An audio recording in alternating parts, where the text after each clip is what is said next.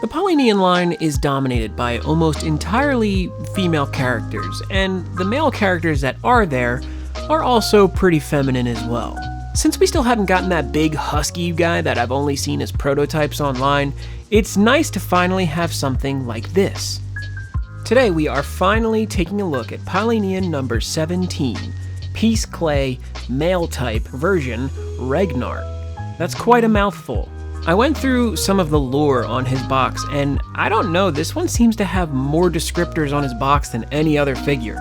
It seems that the Piece Clay situation is more of a reference to maybe his suit or his type, because it's referred to more as an object, whereas his name is Regnart. This guy has a full listing of his name, his age, where he's going to school at, all this other stuff, so they are really fleshing this guy out.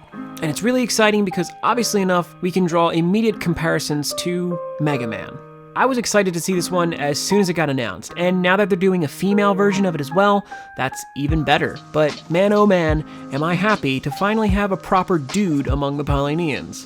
Regnart here, terrible name, is quite an interesting character, so let's not waste any time and let's open this box because I've been waiting to get into this for quite some time.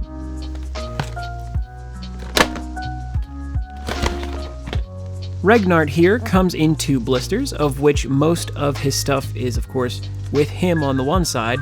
Not terribly many hands, unfortunately, but then we have some of his additional accessories in this one, as well as his stand. So, let's crack open the actual figure.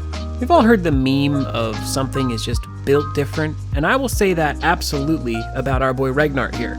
He is pretty damn sturdy, and overall very, very new. Pretty much everything on him, except for his midsection, is completely new. And actually, the more that I think about it, his midsection is entirely new. I thought it was similar to another one, but no, this is actually all new. Everything about him is brand new. He borrows no parts from any other figure in the line, which is incredibly refreshing to have something completely original. Also, I've got to say his colors are incredibly nice. That blue is a new, nice, bright shade that I am absolutely loving. And rather than going with deep black accents, they went with gray instead, which at first I didn't know if I liked, but the more I'm looking at it, it's actually pretty pleasing. The only thing that I don't like is that some of his back pieces, his helmet, and then his pouch all really don't match with the gray, but either way, I still think he looks phenomenal in hand. The only real production errors that I'm seeing are some hand-painted stuff. As you can see in his collar right here at his neck, there's a little bit of blue bleeding into that pearlescent white here, and some silver actually got on his midsection here, but either way, the hand painting on this is surprisingly well done. For as much detail is actually in there and how tight those details can be on a 1/12 scale figure like this, it looks pretty damn good. And don't worry, because if you did have some errors that were too problematic, you could always email Daibadi about this, and they will typically help you in regards to replacing parts that may be problematic. If you need more help with that, watch the video where I talked about getting free figure parts. Let's get some articulation, because obviously this boy is composed of the many peg hinge joints that we know and love, so they typically allow for an up and down at the head, some swivel action either way, which can roll depending on how you move it around, so plenty of articulation there. His shoulders are much in the same because they go in and out, and they can swivel at either side. The elbows similarly go in and out, and they do swivel. Now, there will be some limiting of this piece, but an elbow's not supposed to bend back like that anyway. At the wrist, you can see his chunky masculine hands, which I do rather like, are plugged into the same kind of joint, which they do have a little bit more limited motion because they're bigger at the edge, but either way, they go up and down, they spin around as well, and they can be swapped out. At his midsection, there's a nice big hinge in the back, which will allow him to go back and forth and swivel, and just next to that perky little bulge of his, you can kick his legs in and out. These are very tight, but you will get plenty of articulation out of these. Man, that is snug. Can we just appreciate how cute that pose is, though? Looks like a little ballerina boy. But I mean, look at that heft. Let me use his other leg. You can have it go in and out plenty and swivel at either side. And these can also roll around where they connect, so you get even more articulation that way. Now my boy do be having some chunky ass legs, so be careful because they can only bend up at the knee just a tiny bit, but of course that same hinge will allow it to go pretty much all the way back, which is great articulation, and we can put him back to neutral and take a look here at his ankle, because underneath that chunky cuff, which doesn't move, there is one last hinge in there, and it's actually a pretty large one, which will allow his foot to go up and down and swivel just slightly, though it will be limited thanks to that little Gundam cuff he has going on at the edge of his leg. You know, his legs actually really do look a lot like Gundam legs. It's pretty badass. I want to give some special attention to the face, because he has a very, very charming expression. Those big bright eyes and that happy smile really do make him look like an innocent young boy, which I love about him, because his box talks a lot about him following his friend to a specific school because he wanted to be with his friend, and he's in all this danger because of the fact that he is a peace clay officer or whatever. It's pretty crazy, but yeah, this character just oozes of good guyness, and I could totally see him starring in his own game. I really love this helmet too. I think the design is really, really interesting. It's not just a Mega Man ripoff. He really does feel like his own character. There's so much great little tiny detail in regards to the way that they've shaped the mechanics of his parts. I really do like these wrists quite a bit, with that little bit of blue inside that energy cuff or whatever you want to call that. I don't know. Either way, this boy really does have it all. In his midsection, I particularly really like these little bits of silver. They're just a nice addition, and it contrasts well with that darker gray. This thing is, design-wise, really fun to look at. That white, too, is really cool. That pearlescent finish does give it a weird shine that I'm surprisingly satisfied with. It didn't work on Yume, but it's working here on this boy. But we're obviously missing a few parts that will make our boy here a proper Peace Clay officer. Like his belt. First, we gotta take off this little pouch in the back so that we can attach his belt. Now these can be tough to get off, so be careful because they're a little bit gummier. They're kind of softer plastic, so just really weasel it out by twisting it a little bit here and there. Okay, I got this piece off, but damn was it hard. I had to twist it back and forth, and pull, and eventually it finally did pop off with a snap. Be careful with this thing. This could very well snap inside there if you twist it too much. So don't put too much heat on it either, because that would make this soft plastic even weaker, and then you could really wind up shredding the peg when you're trying to take it out, like I did with the wrist joint for the stocking figure from Ryobone. But now that we have that off, no homo and all, but Clay's got a nice butt. Look how cute that is. But what do we expect from the Polynians? I do like this little bit of design. You can see those little lines inside of the suit. That's really cute. I'm loving this. Let's take off his midsection, drop the belt on over his area. Is that right? Yes. It's gonna leave a hollow section right there where you can plug back in the little pouch. Just be sure not to over tighten it, yeah? Just so you can get it back off. Now with that attached, he is properly dressed and ready to go out on a mission. Or wait, he has nothing to defend himself with. So in proper Mega Man fashion, let's remove his right arm and attach a new accessory. That being the energy cannon. Okay, so on the box, it's called the Energy Shooter, which I think is really funny. Obviously, this is just supposed to be the Mega Buster. It is his arm cannon. It plugs in just like a regular arm with one of those hinge joints, which will now allow that to go up and down and twist around as well because it is on a hinge. And with that, look at him. He is ready to go. Now he's looking more like a Tron character. Still, I'm loving this. The new dynamic now with the cannon really does offset his design to obviously favor one side, but this is badass. I love this. So now that he's all suited up, this boy is ready to go out on a mission, though he does have a few more accessories, one of them being in his helmet. First, you unplug this little crest on top. Then, you remove the very front of it, as if you were removing his hair for a faceplate change. Rather than putting on a new faceplate, we're actually going to put on this thing, which you'll see what it is in a moment.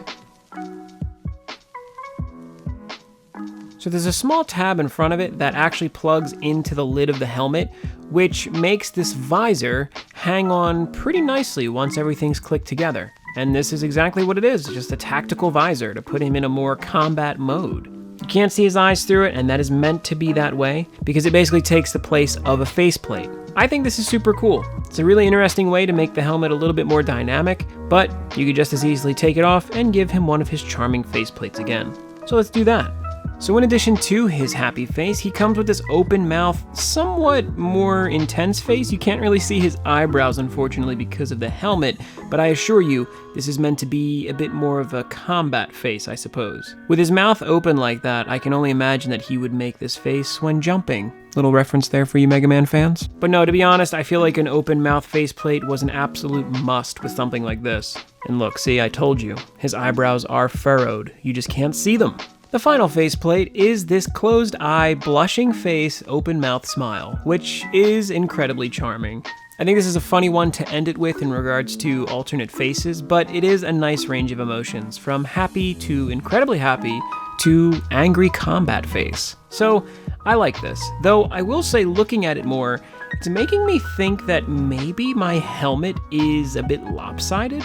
I'll show you why I think this. When I take the faceplate off, take a look at the way the dots are aligned above that faceplate holder, and look at the way that it's shifted out on the left side. This is making me think that mine may have somewhat of a lopsided head, but it's sort of hard to tell, so I don't know how much I care, though I might bring that up and send an email to the Daibadi people, so we'll see. It really becomes evident when you put on the actual faceplate peg. It just really looks uneven on either side, so no, I figured it out. It definitely is lopsided, because if you look, you can see a little bit more of the skin above his right eye than you can on the left side, and this is actually an under view. Over top, you can see it just as much. There's just way more of his right eye available than the left side, so definitely a lopsided head. If there's one criticism, I would say that I would have liked to seen the visor a little bit higher just so that we could see more of that face, because as it is, he's kind of hard to really see, and I think he does have a very striking expression on there. Now, I did already mention that he has some pretty chunky, new, original hands, which I think are really cool looking. These are much more masculine than the typical ones, and I do like this. This really does say, this is a boy here. And by default, he wears a fist that is clasped out of the box, but we can of course pop that off and put on something new. And I didn't know this, but the actual wrist guard can be removed. So I don't know if that is necessary, but you can do that, which, hey, I guess that's pretty cool. That could be swapped out, of course, for this open hand, which I rather like. A nice, bold, opened gray hand. And yeah, either side, it looks good, the fingers are spread. It's much more of a waving open hand, but it could also be used to make him support the cannon on his arm, which I think, of course, is intended since this is basically Great Value Mega Man. And I really don't know how to say this to you other than to just say it plain outright. His final fist is not a locked wrist accessory fist. He comes with no such part, but instead, he comes with a hand that you can plug in, which is still a balled fist, and it is an accessory fist because it has a peg hole running straight through it. This is very different from the fact that normally it comes with a fist that has a hole in it that has a locked wrist joint. So, I don't know, I kind of like this. The locked wrist can be a bit of a pain in the butt. The sturdiness can be nice, but ultimately, he doesn't hold anything too heavy, so this is pretty nice. But what can he hold? Well, that's our final accessory. This is listed on the box as the Energy Dagger. And yeah, this is one hell of a knife to be considered a dagger, but it is indeed a small knife compared to some of the other stuff the Polynians wield. The box is kind of ambiguous, saying how it can be used in everyday work as well as also in combat. So this is a pretty universally useful weapon, I guess. Could he open boxes? Sure. Can he cut down an enemy?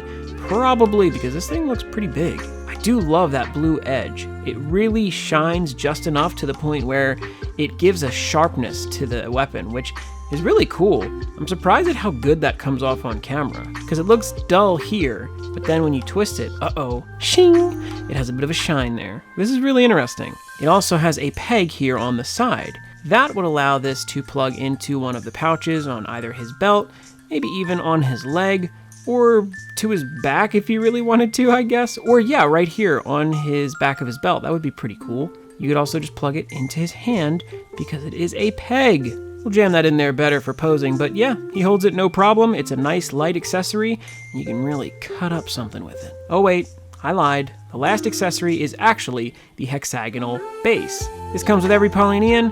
You can plug it in on his foot with this peg joint. These things are universally really useful. They get them to stand in some poses that they might not be able to stand in before, and they're always great to have, though they're kind of a pain to put them all on a shelf with because they're meant to interlock, but only in certain ways. So, do with it what you will. I feel like this boy will stand rather well on his own, or you could use an arm base, either from a Figma or one of the Polynian ones, and plug it into either his back, his belt, or not his head this time because it's actually taken up by the crest, but yeah, you could plug him in somewhere else and he would pose just fine.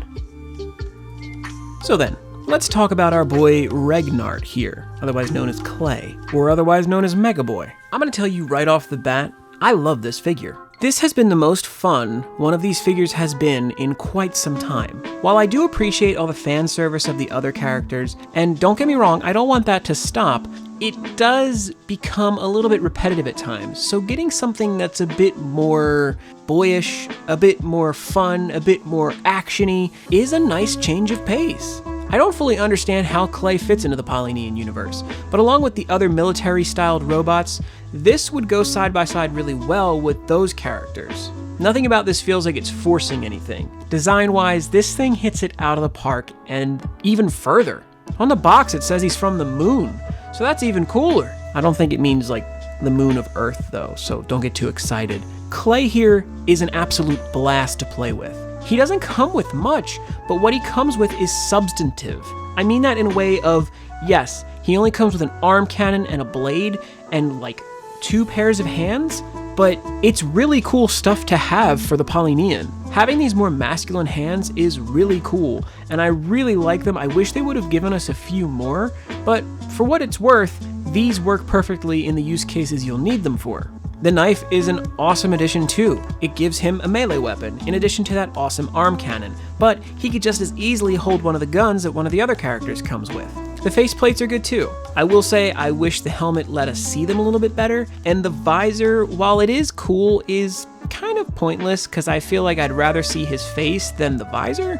I'll give it a pass only because of the fact that it's just an included feature. You don't have to use it, but hey, it's there, and I appreciate them giving us an abundance of things. The only other thing that I could say is that I would have liked to have seen him maybe come with an alternate head that showed his hair. That would have been fun, but that's a pretty big accessory, so I can't get too greedy. So the box does mention that his blaster has a spread mode, a rapid fire mode, and a blade mode. I would really like to see some attachments for the tip of his blaster that recreate these modes. That would be awesome.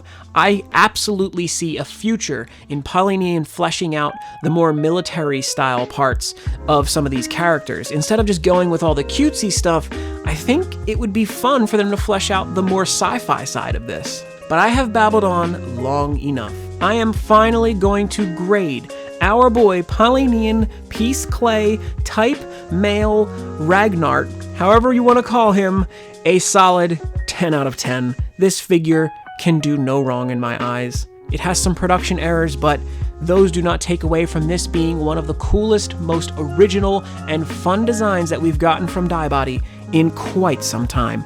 And I absolutely recommend you pick this up, because he is going to be one of the more fun figures that have come out from this brand. And that's it, everybody. I have finally reviewed Megaboy. It feels like a weight has been lifted off my shoulders. What do you guys think of this figure? Is he great? Do you have him already? Are you going to get him? Let me know in the comments below. If you want to support the channel, make sure to subscribe if you haven't yet, like the video to tell me that you did enjoy it, make sure to use my referral link for HobbyLink Japan to buy some more Polynians, and I'll get a little commission. I'm going to link something on screen for you to check out, so make sure to click that even if you have seen it. And stay tuned, because I already have the next Polynian in my grasps. So, another review is coming soon. Thank you so much for watching, have an amazing day, and keep on collecting.